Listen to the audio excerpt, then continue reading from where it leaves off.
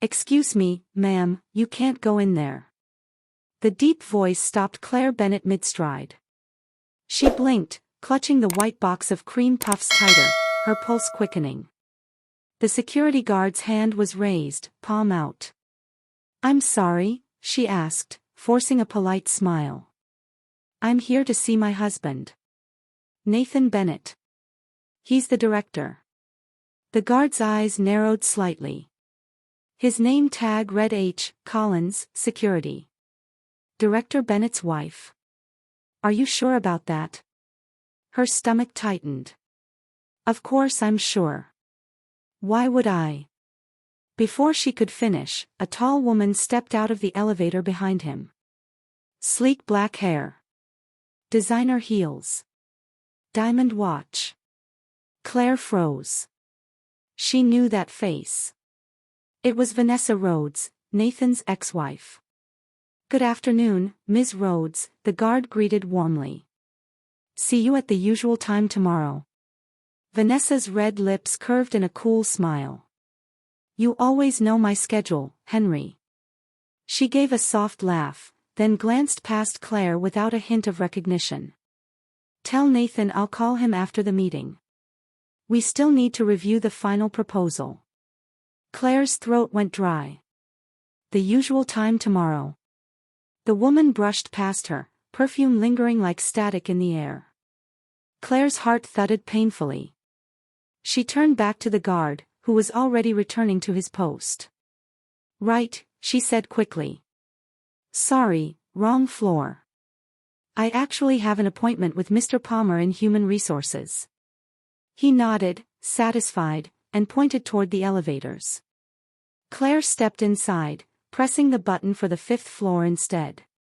Her reflection trembled in the mirrored walls. What the hell is Vanessa doing here every day? When the doors opened, she slipped out quietly, her heels soft against the carpet. Nathan's office door stood half open at the end of the hallway. Through the gap, she saw him, dark hair slightly tousled, sleeves rolled up, brow furrowed over a stack of blueprints. He looked every bit the man she'd fallen for. And yet, something felt foreign. Distant. A knock broke the silence. Another man stepped in, Lucas Hart, the firm's associate director, tall and easygoing with a good-natured grin. "Hey, Nate," Lucas said, flipping open a folder. "Vanessa just left. She said she'll have the final numbers for the Riverstone project by tomorrow." Claire's pulse jumped. Nathan nodded, still scanning the documents. "Perfect. We're running tight on deadlines. Honestly, Lucas, we couldn't have pulled this off without her." Her breath caught. From the hallway, Claire's hand trembled around the pastry box. She'd imagined a surprise, a simple anniversary visit, laughter, a kiss. But standing there, hearing her husband praise the woman he once loved, something inside her cracked. She took a slow step back, careful not to make a sound. The box slipped slightly in her grasp, and one of the cream puffs smudged against the lid. Outside, the afternoon sun gleamed on the glass tower of Apex Development Group, dazzling and cold. Claire walked away without looking back.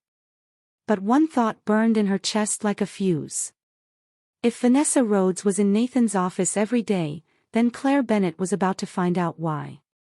"It's impressive, honestly," Lucas said with an easy grin as he leaned against Nathan's desk. "You and Vanessa, most exes can't stand being in the same room, let alone running a multimillion-dollar project together. I get why you're keeping it under wraps, though." Nathan didn't look up from the blueprints spread before him. "Vanessa's a professional," he said curtly. "That's all this is, business." And as for Claire, he sighed, rubbing the bridge of his nose. "She tends to worry about things that don't need worrying. No reason to make her uncomfortable." From her hidden spot in the hallway, Claire's chest constricted. The words hit her like cold water, too sensitive, unnecessary reasons to worry. He wasn't just working with his ex-wife, he was lying about it and excusing it as protection. Lucas chuckled, oblivious. Still, man, not many would handle this as calmly as you. Calm is the only way to get results, Nathan replied. Claire felt her throat tighten. She backed away, heart pounding, the box of cream puffs digging into her palm. She didn't wait to hear more. Within moments, she was in the elevator, descending to the lobby, the walls closing in around her. Outside, the sunlight was blinding. She spotted Vanessa's silver Honda sedan pulling out of the parking lot. The license plate flashed before her eyes, 547 LMA. She repeated it over and over in her head as if committing it to memory would anchor her spiraling thoughts. The bus ride home was a blur. The city outside her window passed in streaks of color, none of it sinking in. She sat motionless, her mind replaying every word, every look. Why was Nathan hiding his work with Vanessa? What exactly was the Riverstone project? And how long had he been keeping this from her? When she got home, she placed the untouched pastries on the kitchen counter.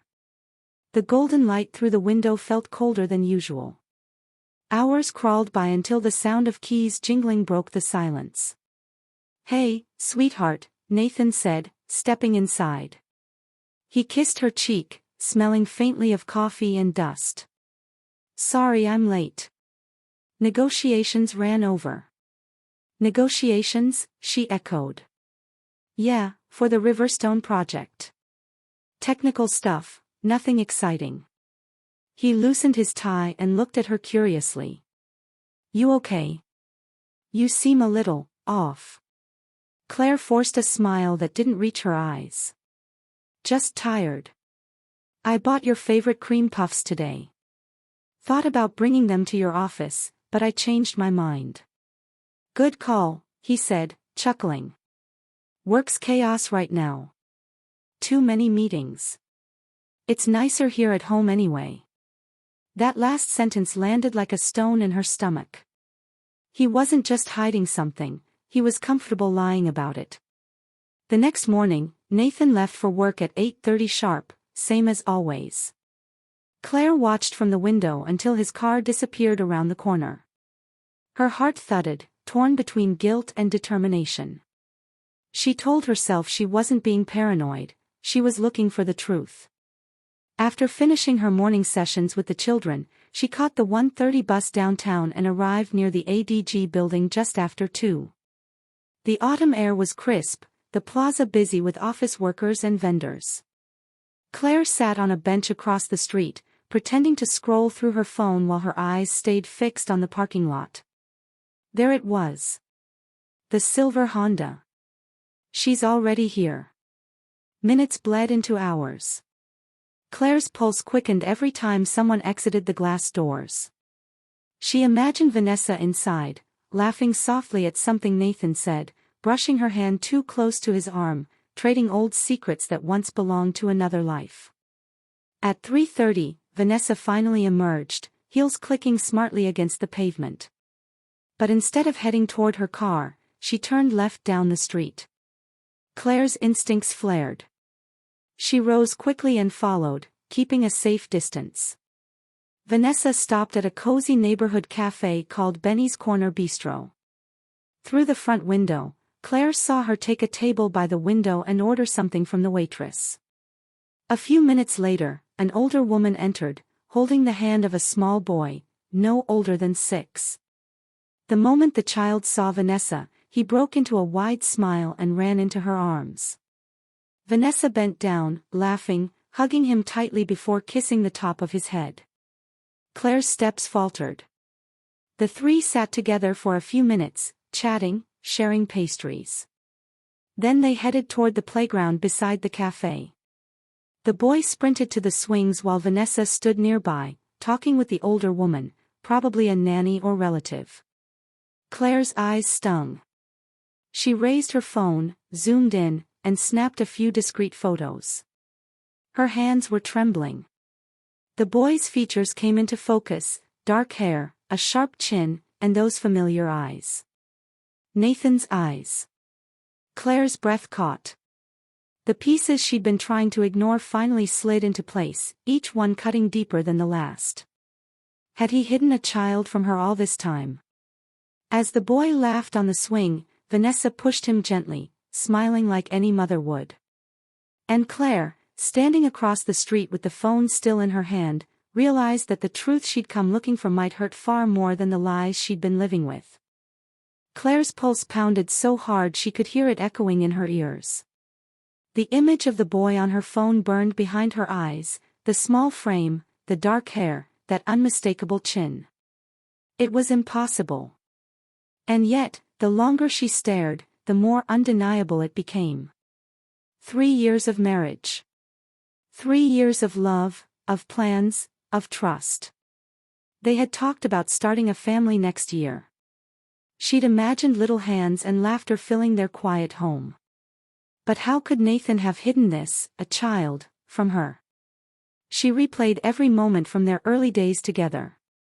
Back then, Nathan had avoided talking about his first marriage, brushing it off with vague comments about different priorities and mutual understanding. Claire, thinking he was simply wounded from the past, had respected his silence. Now she saw it differently. Maybe he hadn't been healing, maybe he'd been hiding. That evening, when Nathan came home, Claire watched him with new eyes. The way he loosened his tie, the calm smile, the gentle kiss on her cheek, it all seemed rehearsed, practiced. "Sweetheart," he said softly, setting down his briefcase. "You're acting a little off lately. Did something happen?" Her throat tightened. The truth clawed at her, desperate to break free.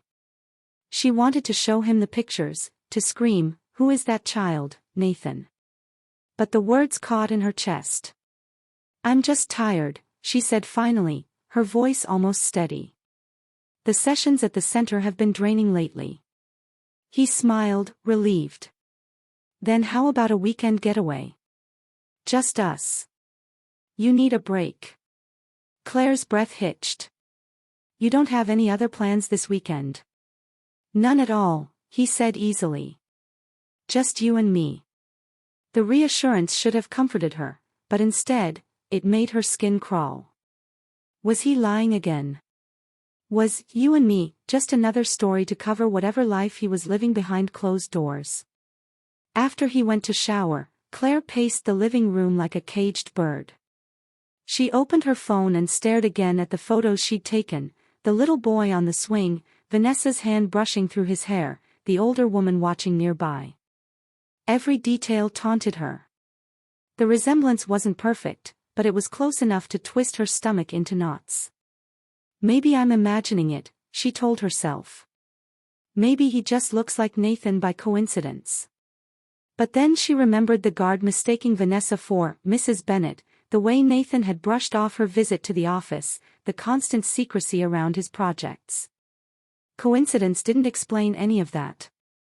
Her mind spiraled back to all the small, overlooked moments. The times Nathan stepped outside to take work calls. The unexplained weekends he'd claimed were filled with site inspections. The nights he came home late smelling faintly of a perfume that wasn't hers. She'd trusted him completely, never once thought to question his absences. Now, every one of those moments shimmered with suspicion. By the time he returned to the kitchen, she'd schooled her face into calm. He kissed her cheek, the same way he always did. "How was your day?" "Fine," she murmured. "And yours?" He sighed. "Exhausting. The Riverstone project is eating me alive. Meetings from morning to night." "What kind of project is it?" she asked carefully. He looked up, blinking as if the question surprised him. "Construction of a residential complex. Lots of red tape. Pretty boring stuff. Do you handle all of it alone?" He hesitated for just a second, long enough for her to notice. "No, of course not. We've got a solid team. Everyone's pitching in." "Lucas too?" she asked, pushing lightly. "And others," he said, shrugging off the question. "Why the sudden interest?" "I just want to know more about what you do," she said quietly. "We hardly ever talk about your work." Nathan smiled faintly, but it didn't reach his eyes. Work is work, Claire. When I'm home, I want to forget about it. Her heart sank. The conversation was over, and she knew it. When he finally went to bed, Claire sat in the living room alone, the glow of her phone screen reflecting in her eyes. The photo of the boy stared back at her like an accusation. If Nathan was hiding something this big, she needed proof, real proof. The next morning, she watched him leave for work, his car disappearing down the street like every other day. But this time, her decision was already made. She waited until after her morning therapy sessions ended, then grabbed her coat and took the same bus downtown. By 2 p.m., she was back across from Apex Development Group, sitting on the same bench as before. The silver Honda was already parked out front. Claire folded her hands, heart hammering. Whatever she discovered today, truth or heartbreak, there would be no turning back. Vanessa showed up at Apex Development Group around 2 in the afternoon, just like the day before. This time, Claire didn't sit frozen on the bench across the plaza. She had a plan. The moment Vanessa disappeared inside the building, Claire crossed the street and made her way to the parking lot. The silver Honda was there, same space, same glint of sunlight across the hood. She glanced around to make sure no one was watching, then leaned closer to the window. In the back seat sat a small backpack covered in cartoon superheroes. Her heart lurched. That has to be the boys, she thought, gripping the strap of her purse to steady herself. At 3:30, Vanessa exited the building, phone in hand, her movements brisk and practiced. No detours this time, she unlocked the Honda, got in, and drove off. Claire's pulse spiked. Without hesitating, she opened her rideshare app. Follow that silver Honda, she told the driver once she got in. The driver, a kind-faced man in his 40s with a soft laugh, raised a brow. Following someone, huh? Husband trouble. Claire forced a thin smile. Something like that. The driver didn't pry further. The Honda wove through downtown traffic and eventually turned toward the quieter neighborhoods by the river. 10 minutes later, it parked outside an aging brick apartment building on Riverview Street. Vanessa got out and disappeared inside. Can you wait for a bit? Claire asked.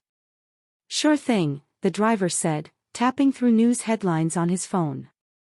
Inside the building, the air smelled faintly of detergent and dust. A tenant list hung on the wall near the mailboxes.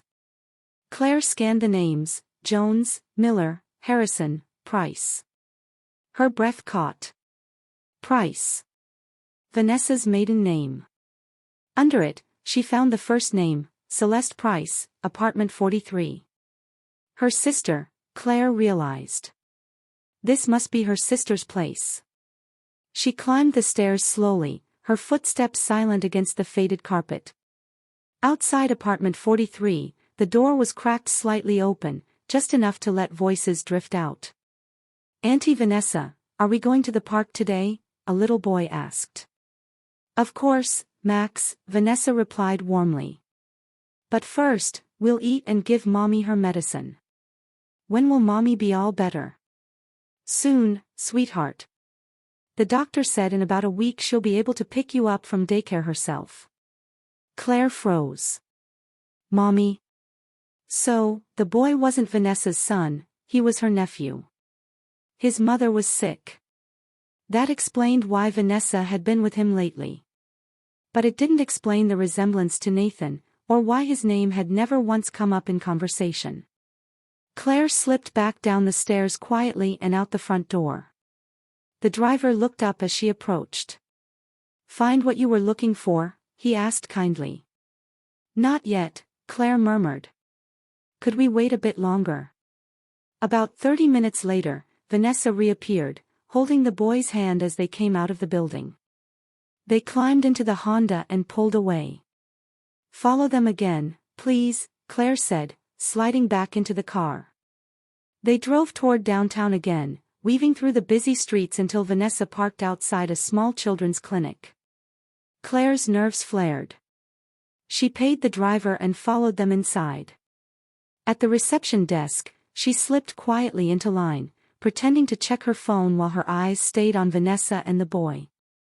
He was restless, swinging his legs and whining softly. Vanessa kept her patience, whispering something to distract him. A nurse stepped into the hallway and called out, "Next, Wells, Marcus Y." Claire's head snapped up. Wells. Not Rhodes. Not Price. The name repeated in her head. Marcus Y. Wells. The Y meant his father's first name started with a Y, not an N. Not Nathan. Her chest loosened all at once, like air flooding back into her lungs. She wanted to laugh, to cry, to do both at once. The boy wasn't Nathan's. The resemblance, those familiar eyes, that little chin, it was all coincidence. But then, a new question flickered through her relief. If the boy wasn't Nathan's, why was Vanessa spending so much time with him? And why had Nathan loaned her money? Claire followed at a careful distance as Vanessa and the child left the clinic, stopped by a pharmacy, and then walked toward the park nearby. She lingered near the pond, pretending to take photos of ducks while the scene unfolded a few yards away. A pale young woman was sitting on a bench. Vanessa waved and hurried over with the boy. "Celeste. You look so much better," Vanessa said warmly. The woman smiled weakly. "Better, yes. The doctors say I can go back to work Monday. Thank you for taking care of Max." "Don't thank me," Vanessa said, brushing the child's hair affectionately. "He's my nephew. I love spending time with him." Celeste laughed softly, then added, "And Mr. Nathan Bennett doesn't mind you missing work for us." Claire's heart seized. Vanessa shook her head. "Nathan understands. He knows what we're going through. He even helped pay for Celeste's treatment when things got bad. I'll pay him back as soon as I get my next check." "Don't rush," Vanessa said gently. "Your health comes first." Claire stood frozen, the sounds of the park fading around her. The truth struck hard and fast. The boy wasn't Nathan's. The money wasn't a secret affair, it was a loan, an act of kindness. Her husband hadn't been betraying her. He'd been helping someone who once meant something to him. And somehow, that truth, simple, quiet, decent, hurt even more than the lies she'd imagined. That night, Claire couldn't quiet her mind. The truth she had uncovered brought a strange mix of emotions, relief that the little boy wasn't Nathan's son, but unease that her husband had still hidden something so significant. Why hadn't he just told her? Why conceal that he was helping his ex-wife? And why hide that they worked in the same company? Was it really so impossible to talk openly with her? She tried to put herself in his shoes. Maybe he'd feared her reaction, worried she'd think too much of it. But helping someone in need, especially a sick woman and her child, wasn't a sin. It was a decent, compassionate thing to do. The lie, however, made everything harder to swallow. Saturday came, and Claire went through the motions.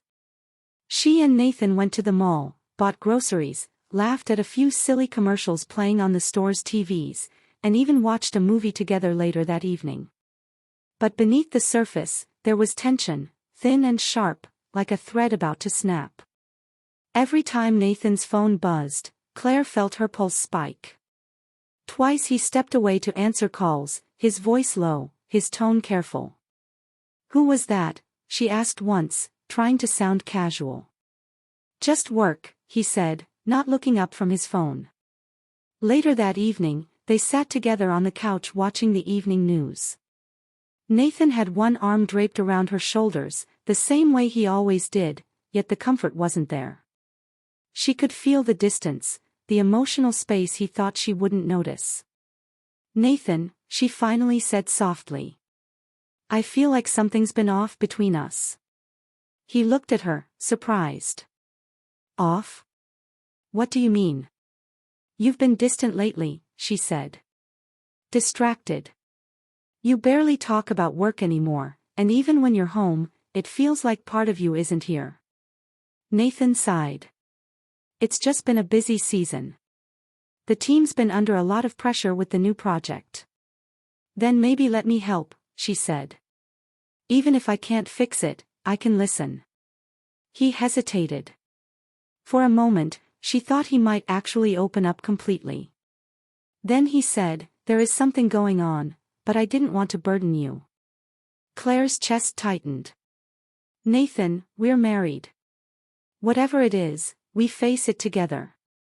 He rubbed the back of his neck. It's about Vanessa's sister. Celeste. She had a major surgery recently. Vanessa asked if I could help with her nephew while she's been in recovery. I loaned her some money for the medical bills, too. Claire forced herself to stay calm. And you've been helping her? He nodded. Yeah. She still does a bit of consulting for ADG sometimes, and I didn't want to complicate things at work. I guess I should have told you sooner. Claire studied his face. He looked sincere, but she could tell he wasn't giving her the whole story. He made it sound like a rare collaboration, not the daily contact she knew about. Why didn't you just tell me before? She asked quietly. I didn't want you to get the wrong idea, he admitted. You know how it might look, me working late, the ex-wife around the office. I just didn't want you to think anything of it. She nodded slowly, trying to keep her expression neutral. I would have understood. You're helping someone who's struggling. There's nothing wrong with that. You're not jealous? He asked carefully. Claire gave a soft, weary smile. Of a sick woman and her child. No, Nathan. I'm not jealous. He seemed relieved, but she couldn't shake the sting that he had assumed the worst of her. Did he really see her as someone so insecure? And if he'd lied once to avoid conflict, what else might he be hiding? On Sunday morning, Nathan seemed lighter, almost cheerful, as if admitting part of the truth had eased his conscience. Over breakfast, he even brought Vanessa up again. You know, he said, spreading jam on his toast, I think it's time you met Vanessa. She's a good person, Claire. We just weren't right for each other back then. But since she still works with us on projects and now with everything going on in her family, it just feels strange that you two haven't met. Claire nearly choked on her coffee. Meet her. He nodded, unfazed. Yeah. It's not like it would be weird. She's worried too, you know, about running into me, about how it might affect things. I think if you met her, it might make everything simpler. I'll think about it, she said carefully.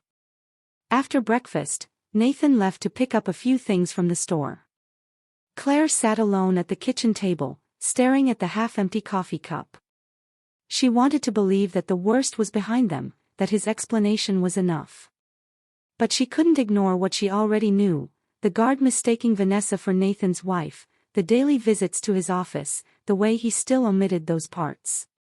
He had told part of the truth. Just enough to ease his guilt, not enough to restore her trust. She wasn't sure what hurt more, the lies themselves or the fact that he still didn't think she could handle the truth. Her phone buzzed, breaking the silence. It was her mother calling. Claire took a deep breath before answering, forcing her voice steady. Hey, Mom, she said. Yeah. I'm okay. But even as she said the words, she knew she wasn't. Not yet. Claire, honey, how are you doing? You haven't called in a while. I'm fine, Mom, Claire said quickly, forcing a light tone she didn't feel. Just busy with work. And Nathan? He's treating you well, right? Claire hesitated. What do you mean, treating me well? I can hear it in your voice, her mother replied softly. Something's bothering you. A mother knows. For a moment, Claire almost broke. The lump in her throat made it hard to speak.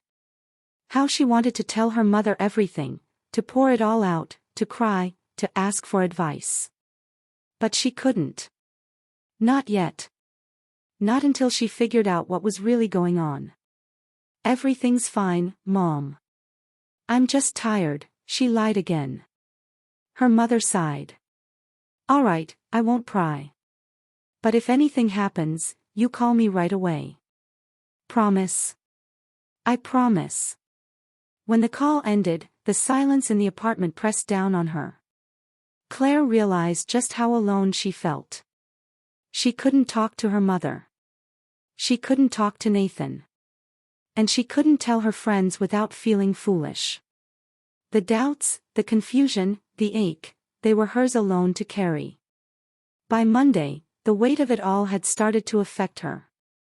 She went to work at the preschool as usual, but her mind wasn't there.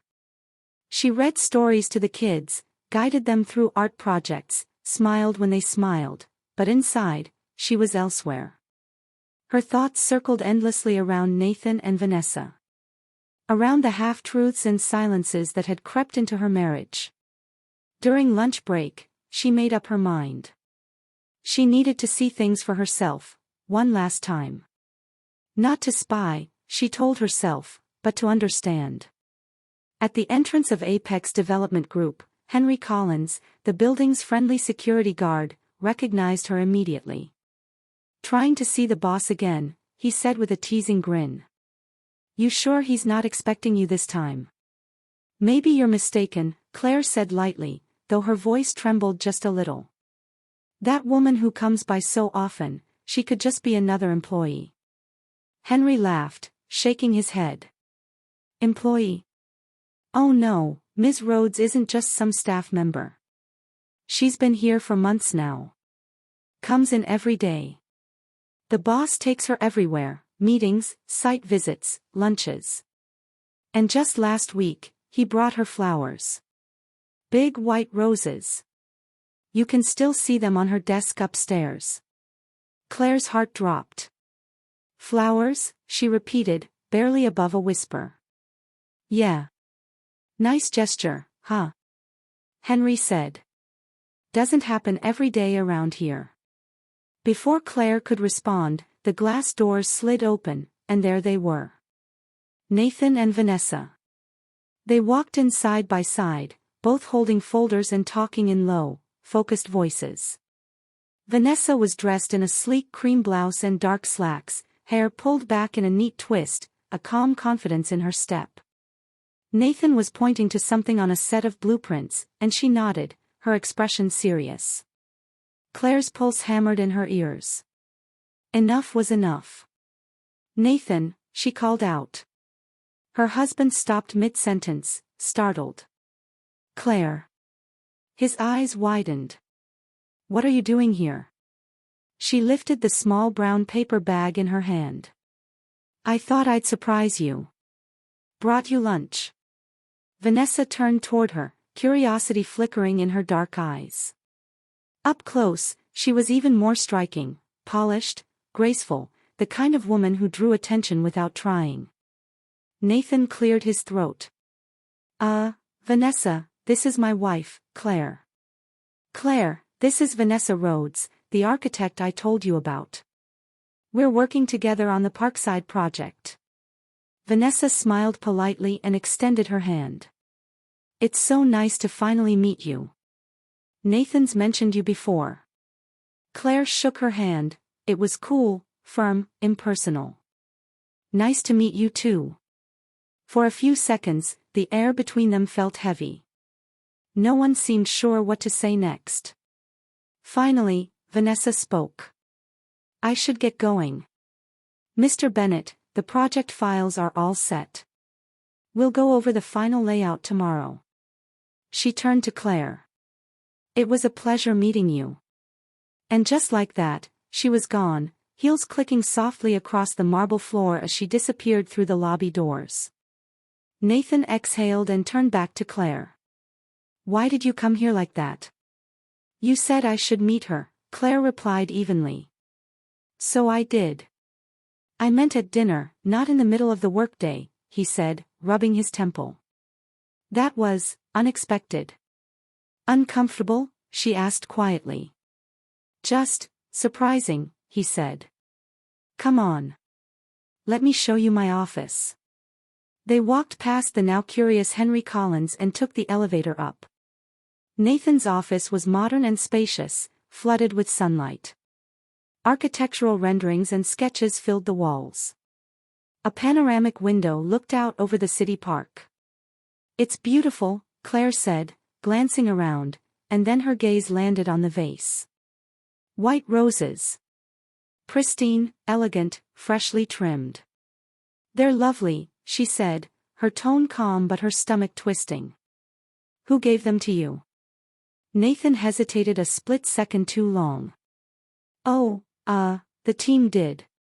When we finalized the Parkside Boulevard contract. From the whole team. Yeah, the whole team, he said quickly, looking back at his desk. Claire managed a small smile, but inside, the unease only deepened. Teams didn't send gifts like that. Not elegant white roses in a crystal vase. And certainly not to a man who was already married. It was clear now, the bouquet hadn't come from a team. It was personal, and almost certainly from Vanessa. Claire moved closer to Nathan's desk, her gaze catching on a photograph half buried under a stack of papers. She reached for it before he could react. The image showed Nathan and Vanessa standing in front of a half-built structure, both in hard hats and reflective vests, smiling for the camera. But there was something in the way Vanessa leaned toward him, their shoulders nearly touching, her hand resting casually against his arm. It looked less like a team photo and more like something intimate, unspoken, comfortable. What's this? Claire asked quietly, holding up the photo. Nathan glanced at it and hesitated. A faint blush crept up his neck. That's from when we broke ground on the Parkside Boulevard project, 3 months ago. Just a work moment. Claire studied his face. Nathan. I think you're still keeping something from me. Vanessa doesn't just work with you on this project, does she? The guard downstairs said she's here every day, and has been for months.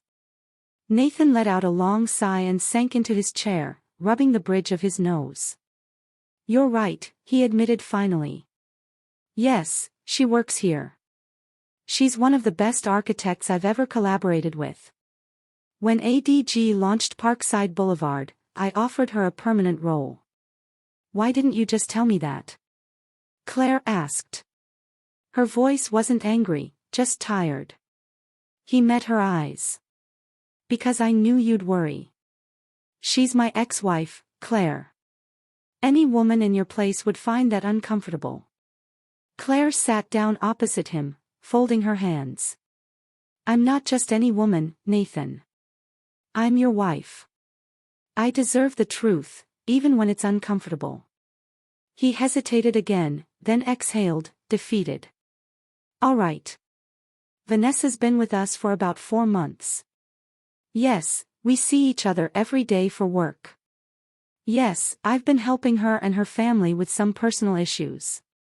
But there's nothing between us beyond work and an old friendship. Friendship, Claire repeated, testing the word. We were married for 3 years, he said, shrugging slightly. That history doesn't vanish overnight. We had our problems, but we didn't part as enemies. His reasoning made sense, but something still didn't sit right. Then why, Claire asked quietly, does your security guard think she's your wife? Nathan's expression changed instantly. What? How do you know that? He asked sharply. I talked to him last week, Claire admitted. He mentioned it himself. I came by to see you on Wednesday, but he wouldn't let me in. Nathan groaned and rubbed his forehead. Henry. He probably just doesn't know I got remarried. When Vanessa joined the team, I didn't exactly make our past public. The fewer office rumors, the better. So your co-workers, what, don't even know you're married? Claire pressed. Of course they know, he said quickly. Well, most of them. I just don't discuss my personal life at work. But the words stung anyway. Her husband had managed to keep her existence so under wraps that even the building's guard assumed his ex-wife was still his partner. When they left the office, Claire felt even more conflicted than before. Nathan had been honest, but only in pieces. For every truth, there was another omission waiting underneath. That night, after dinner, Nathan went to shower. Claire sat on the couch, staring at his phone lying on the end table. Her conscience battled with her curiosity, but curiosity won. She needed to know. The call log told its own story. Vanessa's name appeared again and again, morning, noon, and late at night. Dozens of calls. Claire's chest tightened. Then she opened the messages. At first, they seemed professional. Vanessa, the client meeting's been moved to 3 p.m. Nathan, got it. I'll adjust the schedule. Vanessa, the new blueprints are ready for review. But then the tone shifted. Vanessa, thank you for your support. You're right, as always. I don't know what I'd do without you. Claire scrolled faster, her pulse racing. The most recent messages were even more revealing. Vanessa, thanks again for helping with Celeste. She's being discharged tomorrow. Max is so happy. Nathan, don't worry about paying me back. The important thing is that everyone's healthy. Give Max my best. Vanessa, he keeps asking when Uncle Nathan is coming to visit. Maybe this weekend. Nathan, we'll see. Right now, Claire doesn't know anything about this. Vanessa, I understand, but maybe you should tell her. She's not a stranger. Nathan, eventually. I'm not ready for that talk yet. Claire's throat tightened as she locked the phone and set it back on the table. There it was, the truth she had chased for weeks. Her husband wasn't having an affair. He was helping his ex-wife's sick sister and her son. There was no romance, no betrayal. Only compassion. But somehow, that hurt even more.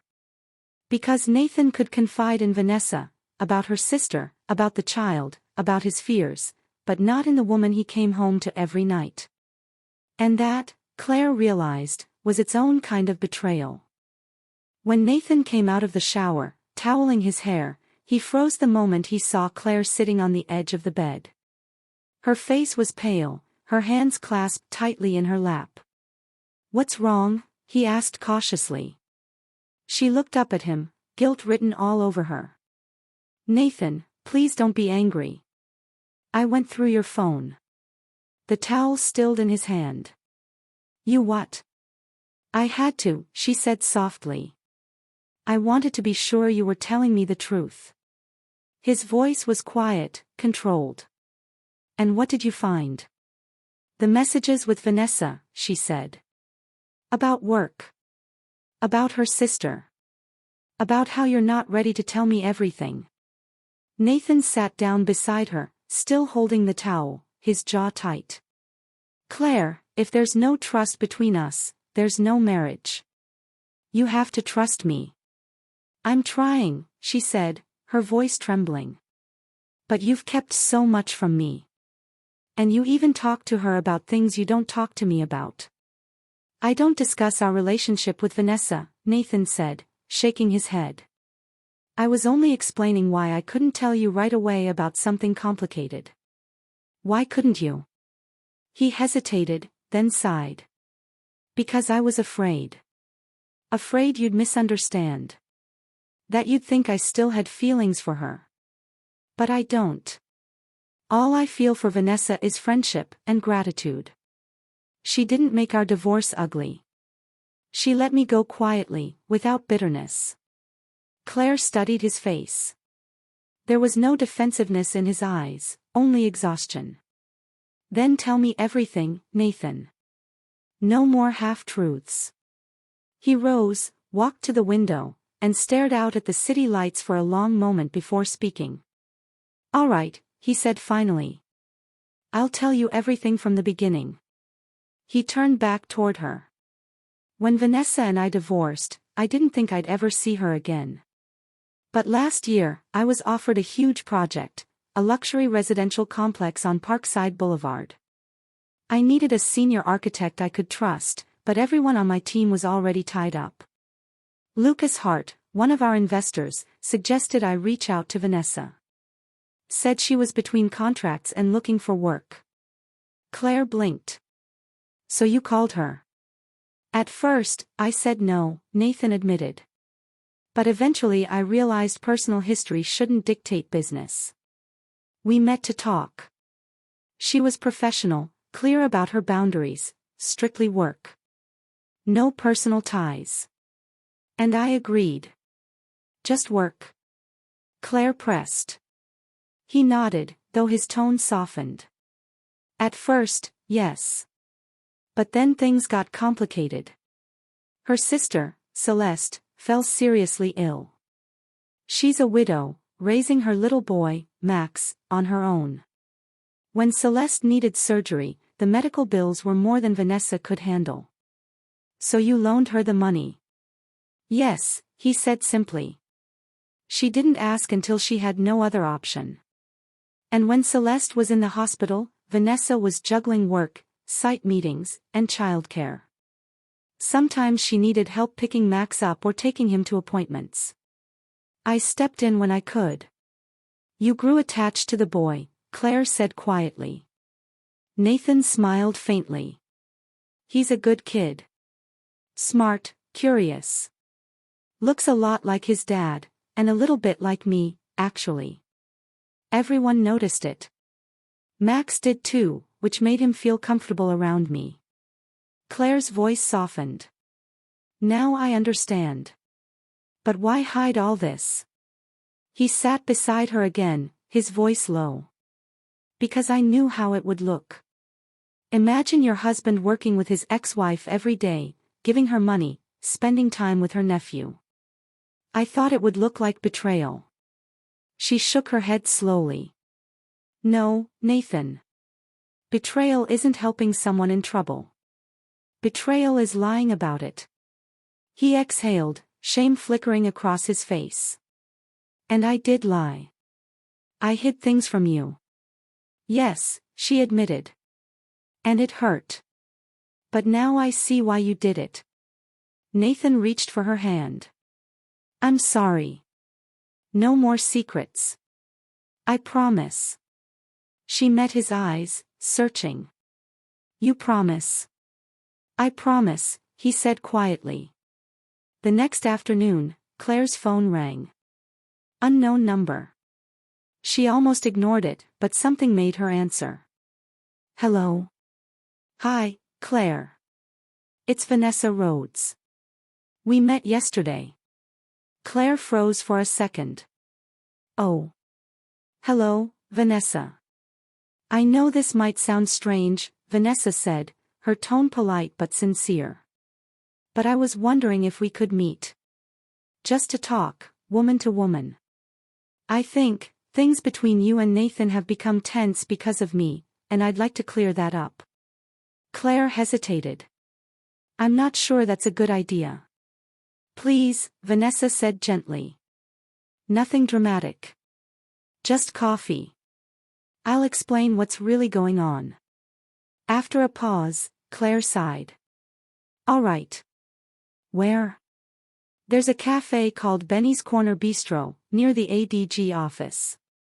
2:00. I'll be there, Claire said.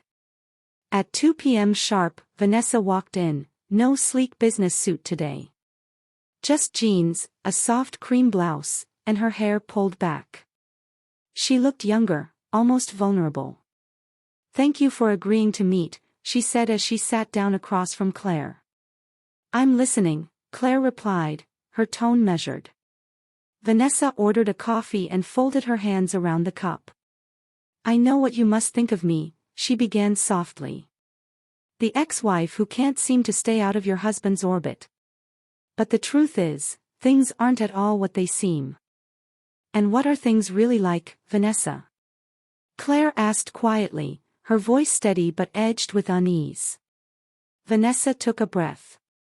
Nathan and I divorced 5 years ago. It wasn't some dramatic breakup, no affairs, no shouting.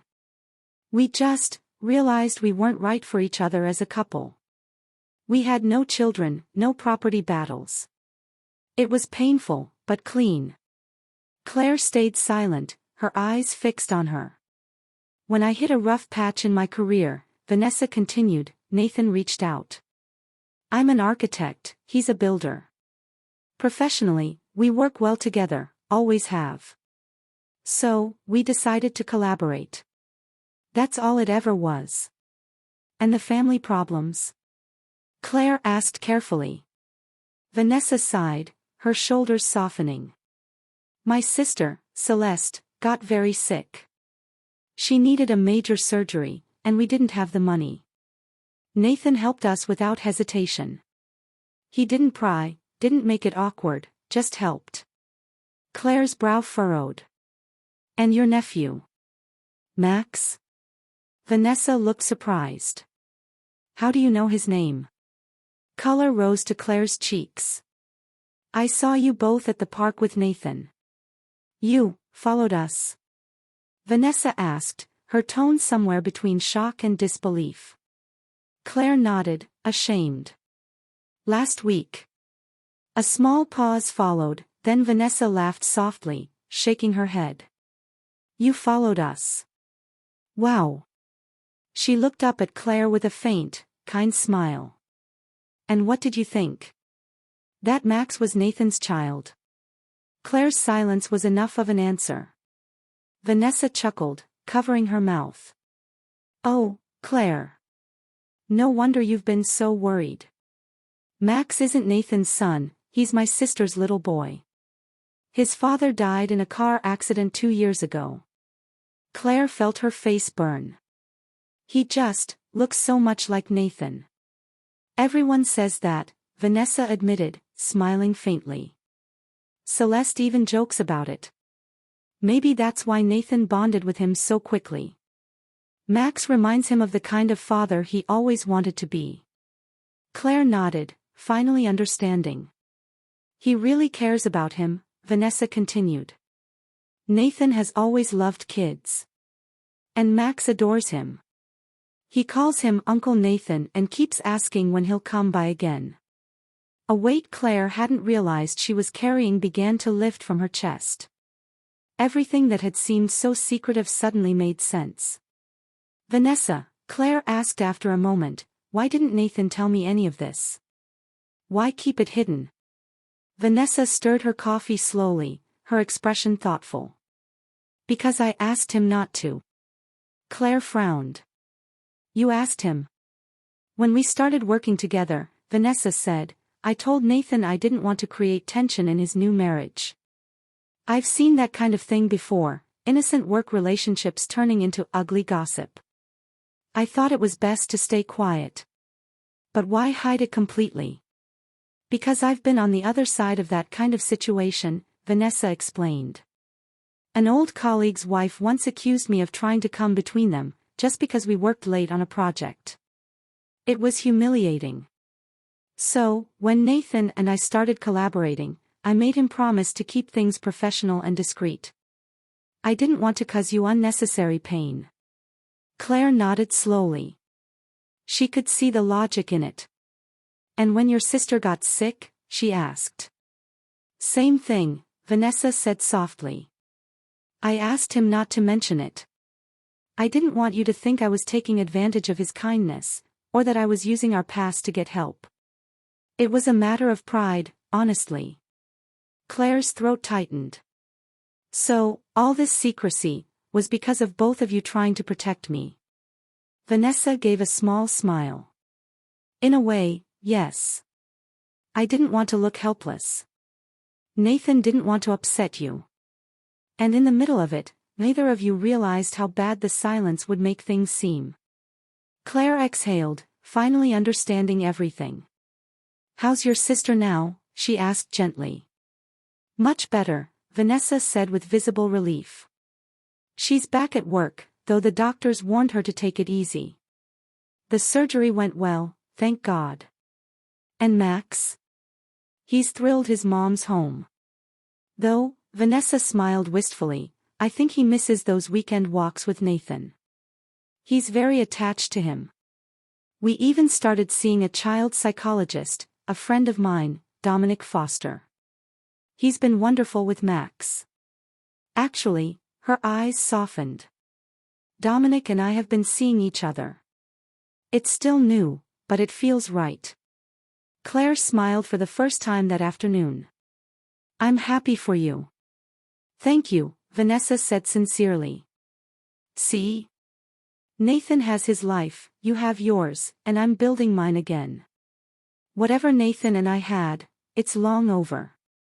We're just two people who shared a chapter and moved on. Claire felt smaller by the minute, ashamed, relieved, and humbled all at once. I feel ridiculous, she admitted. I made up a whole story in my head. I almost destroyed my own peace over nothing. Don't be so hard on yourself, Vanessa said kindly. Any woman would have worried. Love makes us protective. It's normal. But I followed you, Claire whispered.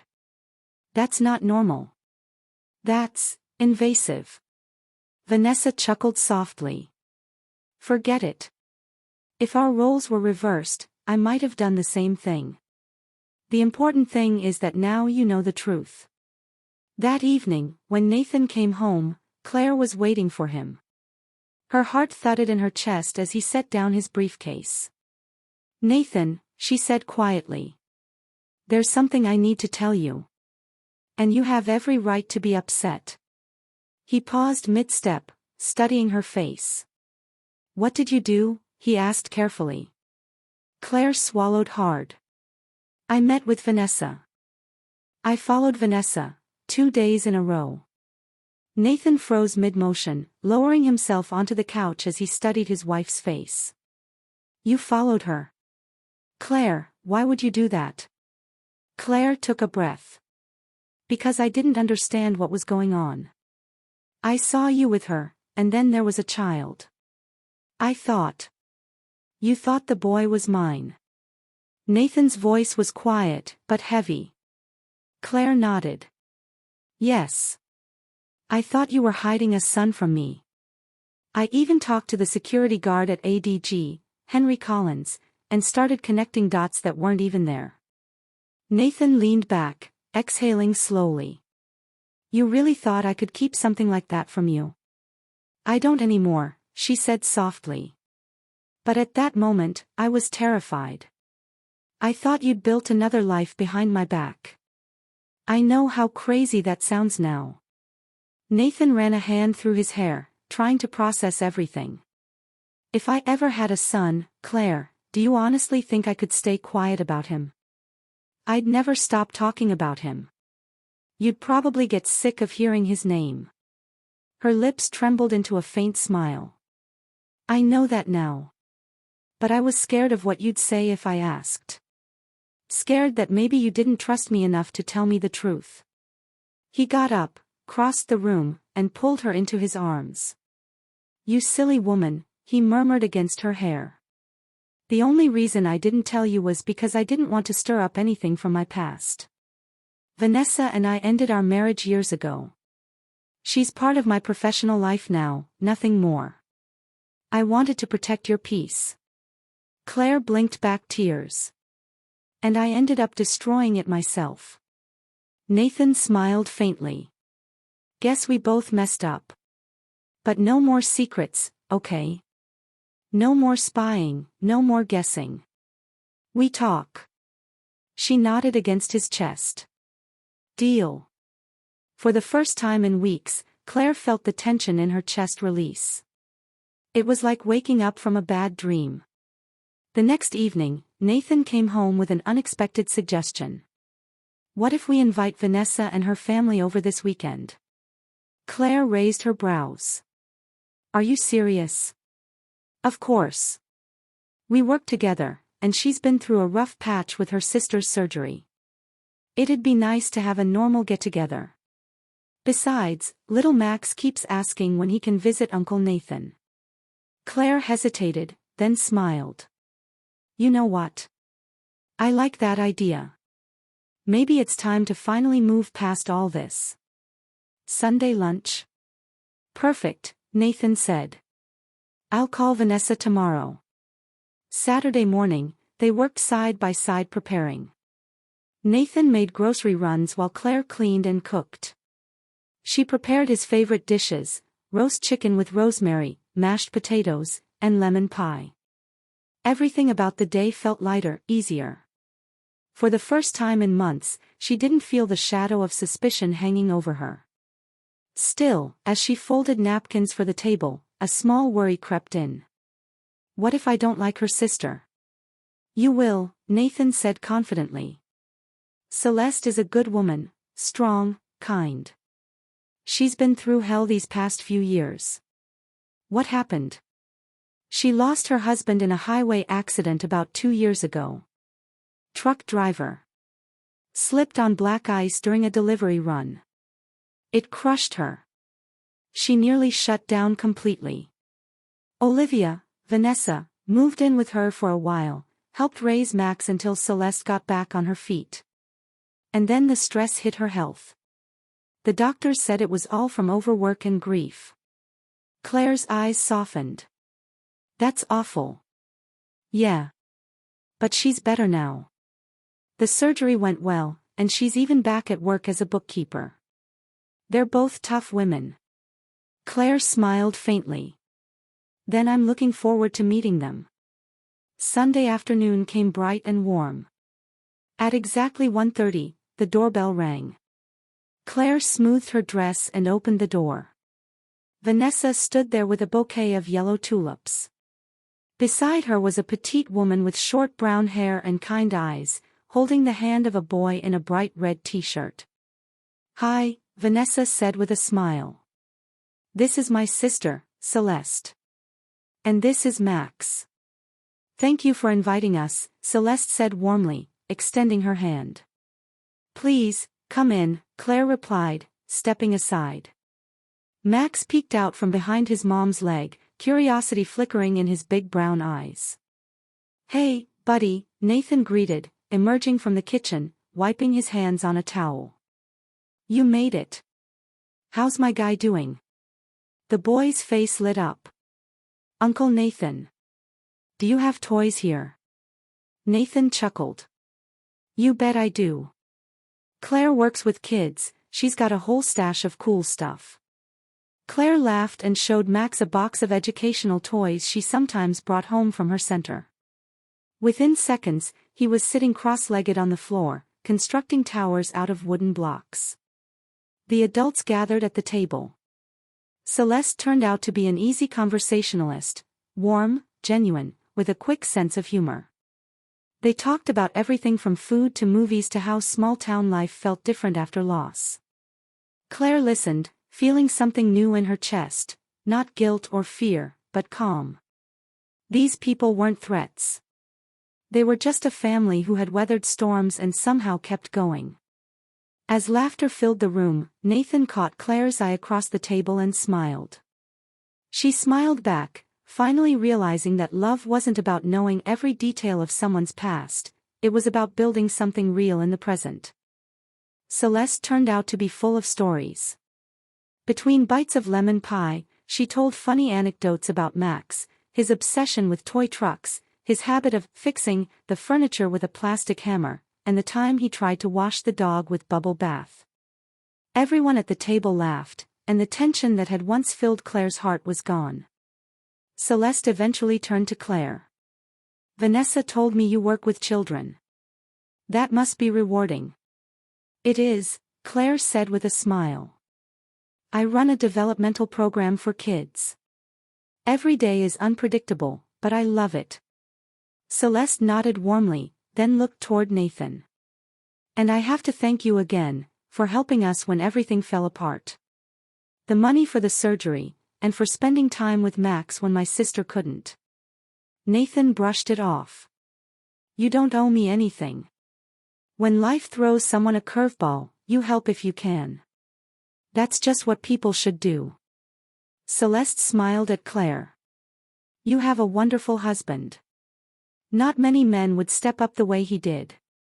Claire looked at Nathan, her chest tightening with affection. He wasn't just a good husband, he was a good man.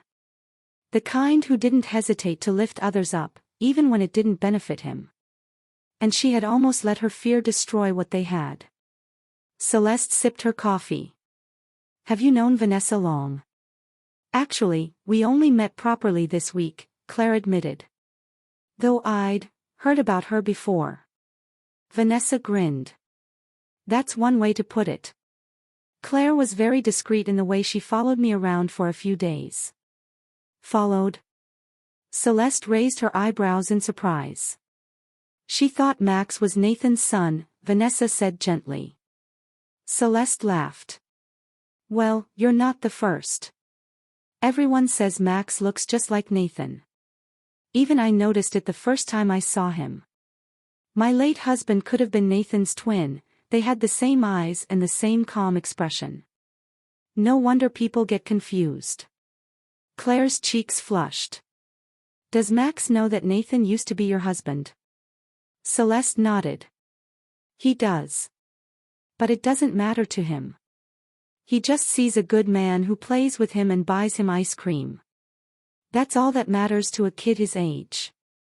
At that exact moment, Max ran up to the table, his little hands clutching a toy truck. Mommy, he said loudly, Uncle Nathan's going to be my new daddy. The room went quiet. Celeste's face turned bright red. Max. Don't say that. But I want a daddy, he insisted. And Uncle Nathan is nice. Nathan got up, kneeling beside the boy. Hey, buddy. I already have a wife, Auntie Claire, and you already have a great mom. But we can be friends, okay? Max's eyes widened. Friends? Best friends, Nathan said. Okay. Max shouted, grinning. And Auntie Claire can be my friend too. Claire smiled, touched by his innocence. I'd like that very much, Max. The boy nodded proudly. And Auntie Vanessa has a friend too. Uncle Dominic. He teaches me to draw cars. Max, Celeste warned, but Vanessa just laughed. It's true, she said with a chuckle. Out of the mouths of babes. Dominic's a great guy, and a very patient art teacher. Celeste smiled softly. He's been a huge help to both of us. Max adores him, and, well, so do I. That's wonderful, Claire said sincerely. I'm happy for all of you. After lunch, the women migrated to the kitchen to do dishes while Nathan and Max stayed in the living room building a tower of blocks. Thank you for today, Celeste said, rinsing plates. Max hasn't laughed this much in a long time. It's been good for him. I'm glad, Claire replied. After a pause, she asked, have you ever thought about remarrying? Celeste sighed, drying her hands on a towel. Lately, yes. But I'm scared. What if it doesn't work out? Max gets attached so quickly. I couldn't stand to see him hurt again. Claire gave a reassuring smile. You're stronger than you think. And you deserve to be happy. She hesitated, then added, actually, there's something I wanted to ask. Would you ever consider working at our child development center? We need a bookkeeper's assistant right now. It's not a huge salary, but it's stable, and the team is great. Celeste's eyes lit up. Seriously? That sounds amazing. It's close to your place, too, Claire continued. And you'd be surrounded by people who really care. I'll definitely think about it, Celeste said, her face brightening. The idea of working somewhere that helps kids. I love that. Take your time, Claire said. If you decide yes, just call me. From the living room came the sound of laughter. Nathan and Vanessa were sitting cross-legged on the rug, watching Max proudly balance the last block on his skyscraper. They really are good friends, Celeste said, smiling softly. That's rare after a divorce. Claire nodded. It is. But I understand it now. They share history, not feelings. I used to be jealous of that, but now I see it for what it is, respect.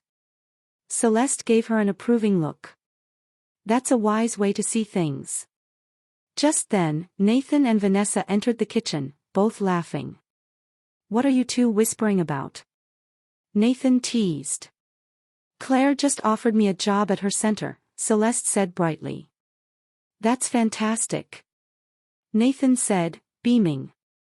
You'd be great there, and Max would love being close to you. Yes, Claire added. He'd get to meet other kids his age. Max, overhearing from the doorway, jumped in. There are kids there to play with. Lots of them, Claire said, smiling. Then Mommy has to take the job. Max announced triumphantly. Everyone laughed, and for the first time, Claire felt something she hadn't in months, peace. The storm of jealousy and doubt was gone, replaced by something simple and steady, trust, connection, and the warmth of people who had found their way back to hope. Everyone laughed, the sound warm and full of new beginnings. Well, Celeste said, smiling, I'll definitely think about your offer. It sounds like a wonderful opportunity. By evening, the guests began to gather their things. Max wasn't ready to leave, he clung to Nathan's arm with pleading eyes. Do we really have to go, Mommy? I want to stay with Uncle Nathan and Auntie Claire. Celeste crouched beside him. We'll see them again soon, sweetheart. I promise. Vanessa hugged Claire tightly at the door. Thank you for today. It meant a lot to finally sit down with you, without all the awkwardness or misunderstandings. It meant a lot to me too, Claire admitted softly. Anne. I'm sorry about all that nonsense before. I should have trusted both of you. Vanessa smiled.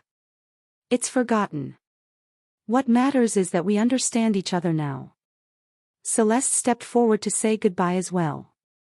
Thank you for the invite, Claire. I'll think carefully about your offer.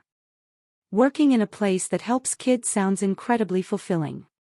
I'll be waiting for your call, Claire said warmly. Meanwhile, Max ran to Nathan, tugging on his sleeve. Uncle Nathan, can I come visit again? Of course you can, Nathan said, ruffling his hair. Auntie Claire and I would love that. And will you come to our house, too? Max asked eagerly. I've got so many toy cars. We'll definitely visit, Claire promised with a smile. When the door finally closed, the apartment felt quieter, but full of peace. Claire and Nathan began clearing the dishes together. Did you like them? Nathan asked, stacking the plates. Very much, Claire replied. Celeste is wonderful, so strong and kind, and Max is just the sweetest boy. I can see why you care about them so much. They're good people, Nathan said simply. Helping them feels right. Claire paused in the middle of the kitchen, her voice turning soft. Nathan. I need to say it again. I'm sorry. For the doubts, the spying, the things I imagined that weren't true. I almost ruined what we have. Nathan set the dishes down and pulled her into his arms. Hey. Stop. I should have told you everything from the start. We both made mistakes. But we came out stronger. And now, look, we've got new friends, and maybe soon, a new coworker. If Celeste accepts the job, that'll be great, Claire said. And Max will love being around other kids. Nathan hesitated, watching her closely. You know, he said quietly, maybe it's time we start thinking about having a child of our own. Claire blinked, surprised. Really? He smiled. Why not? We've been married 3 years. Life's steady. And watching you with Max today, I just kept thinking, you'd make an incredible mom. Claire felt her heart skip. And you'd be an amazing dad. Max couldn't stop following you around. So? Nathan asked, half teasing. Is that a yes? Claire smiled, eyes glistening. That's a yes. A week later, Claire got a call from Celeste. She'd accepted the bookkeeping job at the Child Development Center. The director couldn't have been happier. Mrs. Bennett, your recommendation was perfect, he told Claire. Celeste's already mastered the financial systems and brought in some great ideas for improvements. Claire was thrilled, and so was Max. He quickly adapted to the center, making friends and often staying after hours to play or help Claire tidy up the classroom. His laughter filled the halls, a reminder of how much healing and love could change a child's world. Meanwhile, Nathan and Vanessa continued their work on the Parkside Boulevard project for Apex Development Group. It was a massive success, and now that there were no secrets between them, Claire felt proud rather than uneasy when Nathan mentioned Vanessa's name. How's the project coming along? She'd ask over dinner. Really well, Nathan would reply. Vanessa cracked the upper floor design problem. Honestly, without her, we'd still be stuck in meetings. She's talented, Claire said sincerely. I'm glad you two make such a good team. For the first time, she could say it without hesitation. She respected Vanessa, for her work, for her honesty, and for the friendship she'd shown them both. A year passed. The house was filled with soft afternoon light. Claire sat in the nursery, rocking gently as she fed their 3-month-old daughter, Ava. The little girl's tiny fingers clutched her mother's blouse as she drifted toward sleep. Nathan peeked into the room, smiling. How are my girls? Claire looked up, glowing. Ava's almost asleep. She's a little angel. And the guests? He asked, stepping closer. They'll be here at 3, she whispered. That day was special, the first anniversary of what they jokingly called the Bennett Circle, their little group of friends whose lives had become intertwined in the best possible way. So much had changed in a year. Celeste had married Jordan Scott, the program coordinator at the center. Their wedding had been small but filled with laughter and warmth. Max had proudly carried the rings down the aisle, declaring afterward that he was now the luckiest boy in the world because he had a new dad. Jordan adored him and made the adoption official a few months later. Vanessa, too, had found love. 6 months earlier, she'd moved in with Dominic Foster, the gentle child psychologist who had first helped Max. Their relationship had blossomed naturally, and now they were planning a fall wedding. Dominic fit perfectly into their circle, kind, steady, and always ready with a joke that made everyone laugh. As Claire listened to the soft rhythm of Ava's breathing, she thought about how far they had all come, from suspicion and pain to trust and belonging. It wasn't just friendship anymore. It was family, the kind that life builds from forgiveness, compassion, and a little faith in second chances. Nathan leaned down and kissed her forehead. You know, he said softly, I think Ava's the luckiest of all. She's going to grow up surrounded by people who love her. Claire smiled, her heart full. And so am I. Nathan and Claire Bennett finally had the daughter they'd dreamed of, little Eva. She was long awaited, deeply loved, and had already brought more laughter into their home than they ever imagined possible. Max, now a proud big brother, took his new role with the utmost seriousness. He often marched into the nursery, clutching one of his toy cars or trucks. Uncle Nathan, when Eva grows up, will she play with cars too? He asked, his voice full of hope. Maybe she will, Nathan smiled. Or maybe she'll like dolls instead. Then I'll buy her a doll too, Max decided. Life had changed so much since that awkward first lunch that brought all of them together.